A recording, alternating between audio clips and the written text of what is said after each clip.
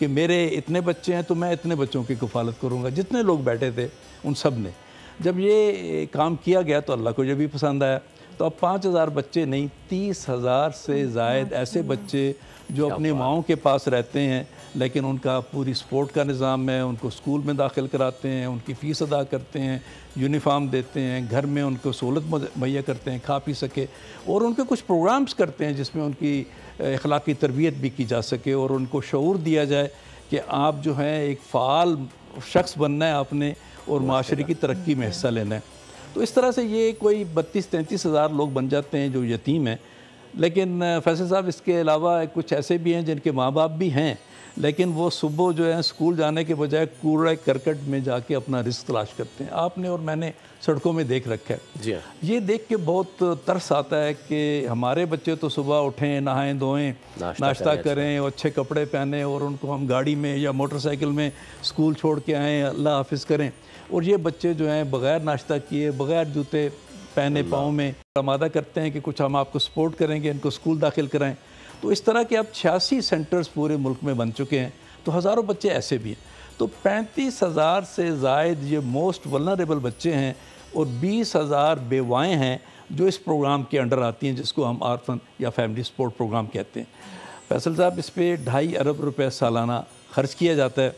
لیکن معیار میں نے آپ کو بتایا کبھی آپ مری جا رہے ہوں تو آپ کے رستے میں آغوش کالج مری آئے گا جو 50 ایکڑ 50 کنال پہ بنا ہوا ہے, اور آپ اس میں دیکھیں کہ 4 سٹار نہیں 5 سٹار سہولتیں وہاں مہیا کی گئی ہیں. اس لیے کہ یہ ان کو بے سہارا سمجھ کے اور بس یہ یتیم بچے ہیں کوئی کھانے کو مل جائے اور کچھ دے دیا جائے, یہ بات نہیں بنے گی. معاشرہ تب بنے گا کہ ہم ان کو اٹھائیں, باعزت بنائیں, حوصلہ دیں, ان کو کمپٹیشن میں لائیں. فیصل صاحب اس وقت اس کالج سے اور ہمارے دیگر ہمارے جو آغوش کالجز ہیں ان میں سے بچے انٹرنیشنل کمپٹیشن میں جاتے ہیں, اور کئی سارے بچے اس وقت ٹرکی میں PhD پروگرام میں داخل ہو چکے ہیں, میڈیکل کالجز میں گئے ہیں, انجینئرنگ کالجز میں گئے ہیں. میں خود ایک میڈیکل کالج کا ڈین ہوں پشاور میں. ہمارے کالج میں 2 بچے جو ہیں ہمارے آغوش کے اٹک آغوش کے وہاں انہوں نے یعنی کہ کہتے ہیں میرٹ پہ داخلہ لیا اور 100% فری ہم نے ان کو پڑھایا, اور وہ ڈاکٹر بھی ایک بن گیا ہے, اب تو اسپیشلائز کر رہا ہے اور کچھ اور اس طرح چل رہے ہیں. تو یہ پروگرام میں سمجھتا ہوں کہ ایک معاشرے کی ایک خوبصورت معاشرے کی خوبصورتی ہے اگر ہم اس کو سمجھیں تو. پوری قوم کو ہم بتانا چاہتے ہیں کہ یہ میری اور آپ سب کا فرض ہے کہ ان بچوں کی کفالت کی جائے, اور آپ کے لیے ہم نے ایک پلیٹ فارم مہیا کر دیا. ہم کچھ بھی نہیں کر رہے, ایک پلیٹ فارم مہیا کر رہے ہیں. جو دینا چاہتے ہیں, جو کفالت کرنا چاہتے ہیں وہ بھی آگے بڑھیں, اور ہم نے لسٹیں بنا رکھی ہیں, تلاش کر رکھے ہیں وہ بچے جن کو ضرورت ہے اس پروگرام کی طرف. سر ابھی جیسے آپ نے کہا کہ بہت ساری بیوائیں ہیں, بہت یتیم بچے ہیں جن کو آپ خود ہی سے سلیکٹ کرتے ہیں. ایسے ابھی اور بھی بہت ساری بیچاری وہ جن کے سر پہ کوئی آسرا نہیں ہے وہ موجود ہوں گی, کسی کا باپ نہیں ہے, کسی کا شوہر نہیں ہے. وہ کس طرح سے آپ تک پہنچیں اگر ان کو آپ کے سہارے کی, آپ کی مدد کی ضرورت ہے؟ اور وہ سارے بچے تو چلیں آپ خود ہی کر لیتے ہیں, لیکن وہ خاص طور پہ خواتین کی میں بات کروں گی کہ وہ کس طرح سے آپ تک پہنچیں, کیسے رابطہ کریں, کس طرح سے آپ ان کی مدد کریں؟ بڑا آسان ہے جی, ہمارے نمبر ہر جگہ موجود, آپ کے پاس بھی آئے ہوں گے. ہمارا ایک مرکزی آفس ہے لاہور میں, اس کے بعد 10 ریجنل آفیسز ہیں اور 150 سٹیز کے اندر آفس ہیں. ہر آفس میں جو ایک پوری ہائرارکی ہے, آفس بیئررز ہیں, وہ سارے والنٹیئرز ہیں.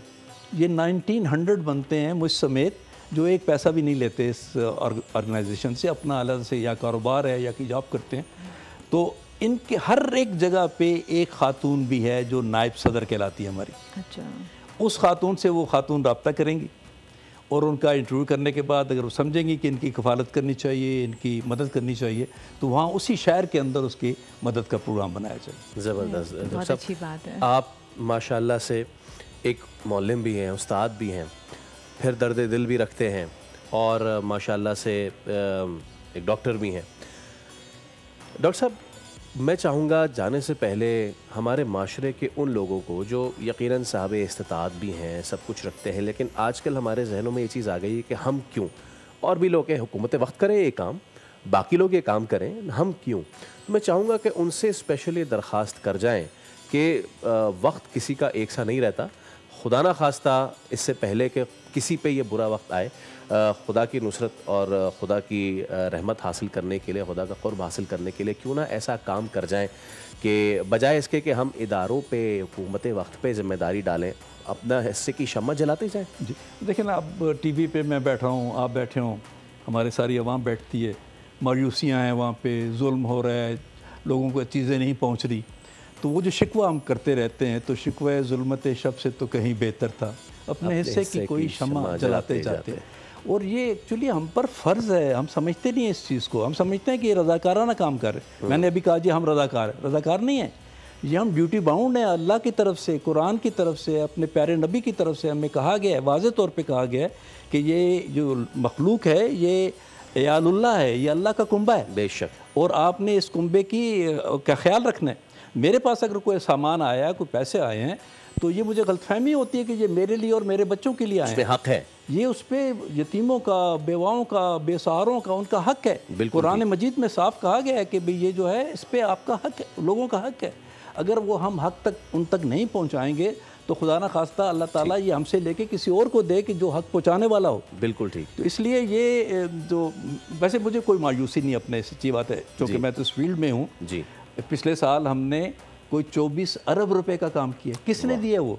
جی ہاں، بالکل انہی عوام نے دیا ہے، بالکل۔ اور اچھا یہ آپ کو فلسطین کا پتہ ہے 15 ارب روپے کا اس سال ہم کام کرنے جا رہے ہیں، اربوں روپے کا کام یہ بات پاکستانیوں کی ہے کہ وہ اتنا جو ہے وہ کھل کے خدمت کرتے ہیں اور اس جذبے سے سرشار ہیں، اور اسی جذبے کی ایک عملی تصویر آپ اور الخدمت فاؤنڈیشن ہے۔ آپ کا بہت شکریہ، میں آپ کا بہت شاکر ہوں کہ آپ تشریف لائے، اور وہ تمام تر لوگ جو دیکھ رہے ہیں وہ یقیناً یہ دیکھ کے ضرور سرشار ہوئے ہوں گے کہ کس طریقے سے آپ میں اور ہم میں ہی موجود وہ لوگ آگے بڑھ رہے ہیں، آگے بڑھ کے ہم اپنے ہی لوگوں کے کام آ رہے ہیں۔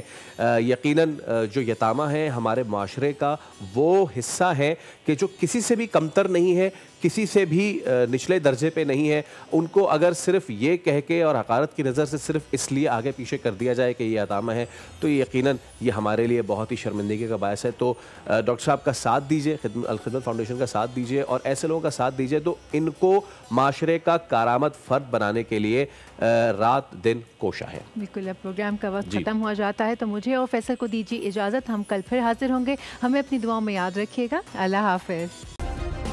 سبسکرائب کریں اور بیل دبائیں تاکہ کوئی خبر رہ نہ جائے۔